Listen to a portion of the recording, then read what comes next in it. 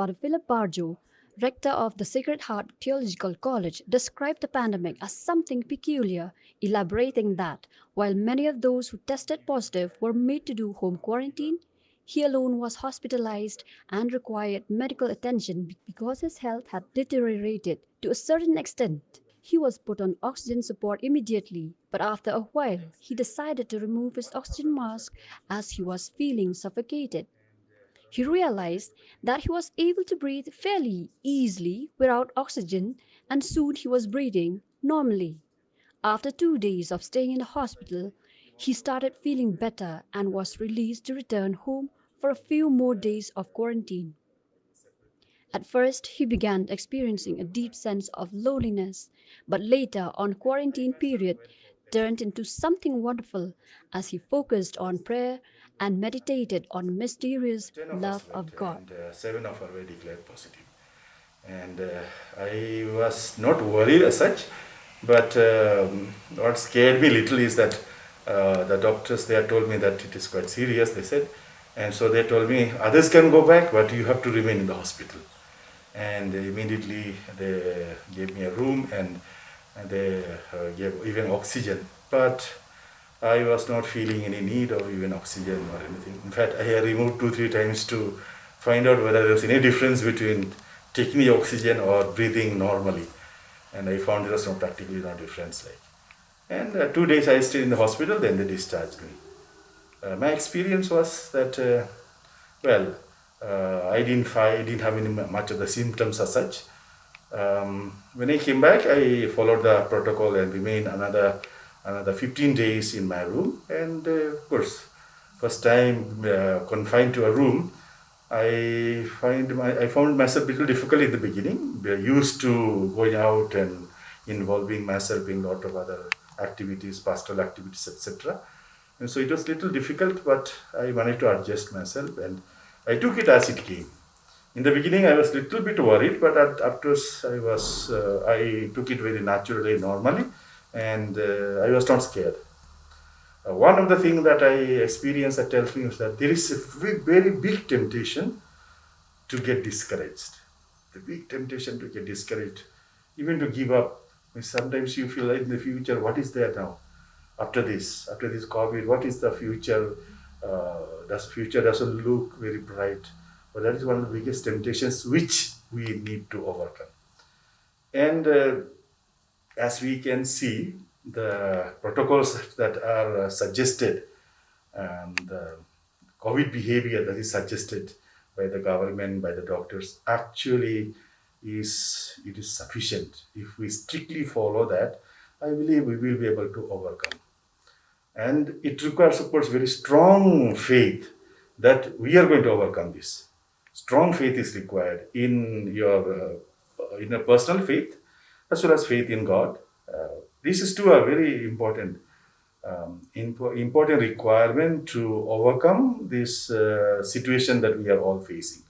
Of course, the situation now is much different from last year. Last year it was not that serious, and it was the first wave. And but this second wave that we are experiencing is much more dangerous and so much more serious, and therefore we have to take little extra care than before, even little more faithful to even wearing of mask or social distance, regular washing of hands. These are the means that have been suggested. I was reading through about the Spanish flu, for example, of 1918. Even at that time, these same means were suggested. That is, mask and no gatherings.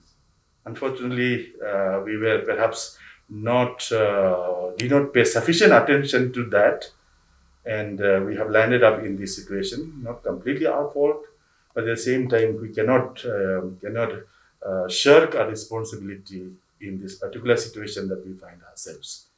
A lot of personal responsibility has to be taken, and we don't have to. First thing is that we do not have to fear. Fear is not going to help us anyway. Worry is also not going to help us anyway. We have to be a little more on the positive side. Of course, looking at the situation, especially when we have seen that many of our, let's say, our own family members suffering, and many of them have lost their family members. It is a little difficult to have a very positive attitude, but at the same time, if we do not have this, if we do not look to the future with great confidence and trust, we cannot overcome this because it requires a lot of mental strength to overcome. So that is what my experience is that here, uh, together with my community members here. Last year, in fact, more than half of the community was declared positive.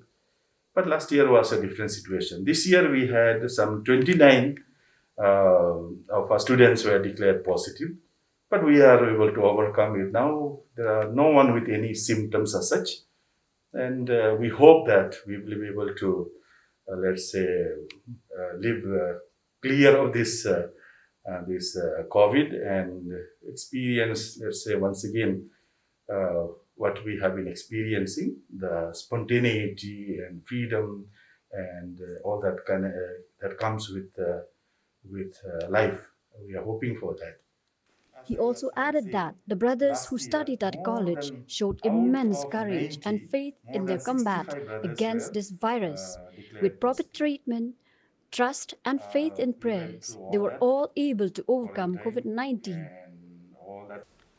Since these brothers are under my charge, I have been talking to them, and I have talked to each one, and I have asked their experience of this going through this COVID situation of last year.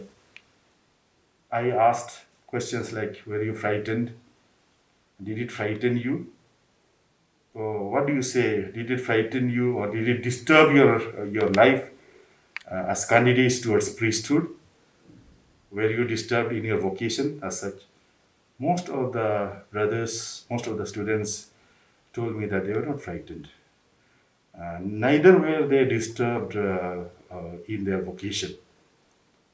In fact, none of them, in fact, they have been all, till today, they have been carrying on, preparing themselves, going forward courageously to become ministers of God, to be at the service of people. In general, they were not frightened. I think the faith actually supported them, faith in the Lord and faith in themselves and in whatever meals that are suggested, let's say by the doctors and the government. Actually, faith in this actually helped them to be courageous, to be strong in their belief, in their faith, and in their vocation. This is what I would suggest, propose, or let us say, those who are already declared positive. First thing is to have a very positive attitude, not to get frightened, not to get frightened, and take the necessary protocol that is suggested by the doctors, and that is going to help out. And those who are fear, are afraid of getting, must suggest that they must take extra precaution so that they are not infected by this dreaded disease or dreaded virus. More than before, we have to take the necessary, seriously, take care of ourselves. At this moment, I believe one of the things that I have been talking to the students and telling them is that greatest service, perhaps one of the greatest services we can render to our family, to our community, to our state, is to preserve our health. Preserving one's health at this moment is one of the greatest service that we can do to our neighbor, to our family members, to the society as such. Because keeping ourselves healthy, we are preventing sickness from spreading. So, it's a personal responsibility, and responsibility for others should make us take extra care so that we don't become, let's say, agents or bearers of this virus, in the sense that we don't become agents of spreading this virus and not causing sickness to others. Therefore, keeping our health, uh, preserving our health, keeping ourselves healthy and strong is one of the services that we can render to our neighbor and to the society and to the state. This is perhaps what I would suggest for all of us, those of us who have already have experienced this COVID, and those who are afraid of perhaps uh, getting this virus or this COVID in their lives.